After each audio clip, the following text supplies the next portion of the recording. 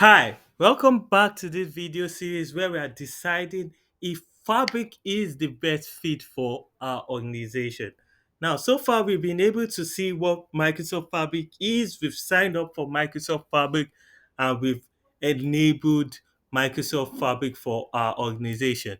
Now, in this video, we're going to be demoing Microsoft Fabric a bit, but before we can actually demo Microsoft Fabric, right, we need to have a fabric enabled workspace.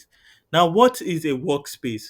For people coming from from Power BI background, we already may already have an understanding of what a workspace is. Typically, when you publish a report to your Power BI service, when on your Power BI desktop, when you publish a report, your report is normally sent into your Power BI service where you have the semantic model, or previously called the data set for the report, and you have the actual report where you can now decide to share a link or embed it in PowerPoint. Now, for those not coming from a Power BI background, what a workspace is just a place that houses all your Power BI items.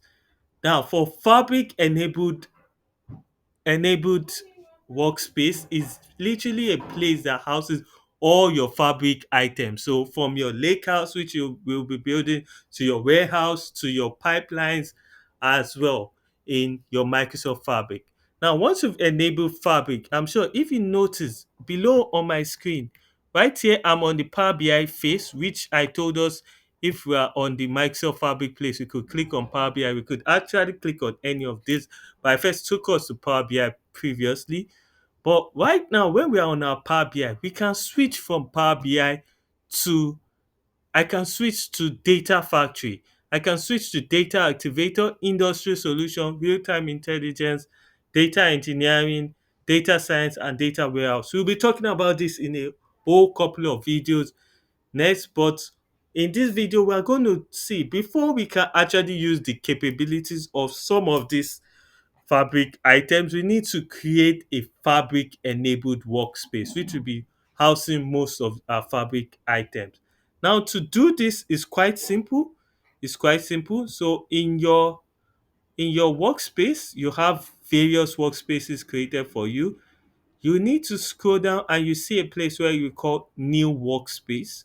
So under this new workspace, I can click on this new workspace and I can give the workspace a name. I'll call this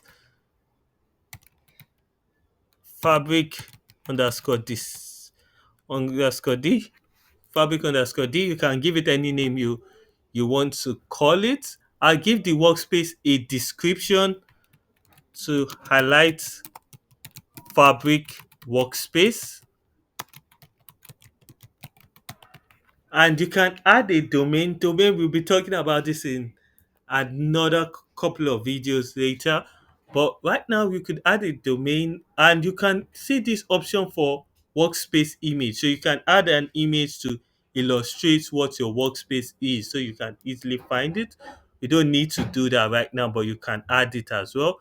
And you see this advanced option. Under advanced option, this is where you ensure your fabric workspace is enabled. So under this option, right now, I'm using the trial, so you could select the trial, fabric trial. If you are not using the trial, if you already have a fabric capacity, you can select a fabric capacity. We'll be talking about fabric capacity in subsequent videos as well, but you for this demo, because I'm showing this from the trial point of view, you can select this trial as well. So I can now scroll down.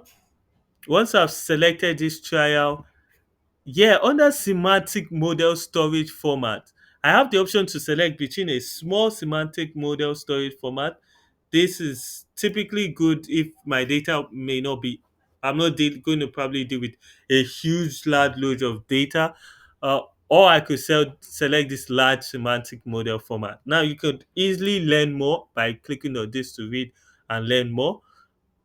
And under this option, I also have this option for data flow storage. Now, it's important you can see this is in preview, and anything in preview is likelihood to be updated and the feature can change frequently as well. So if we read a bit about this, all new data flows and data flows data in the workspace will be stored in your organization as your data lake Gen 2 account. So I can decide to accept this or reject it.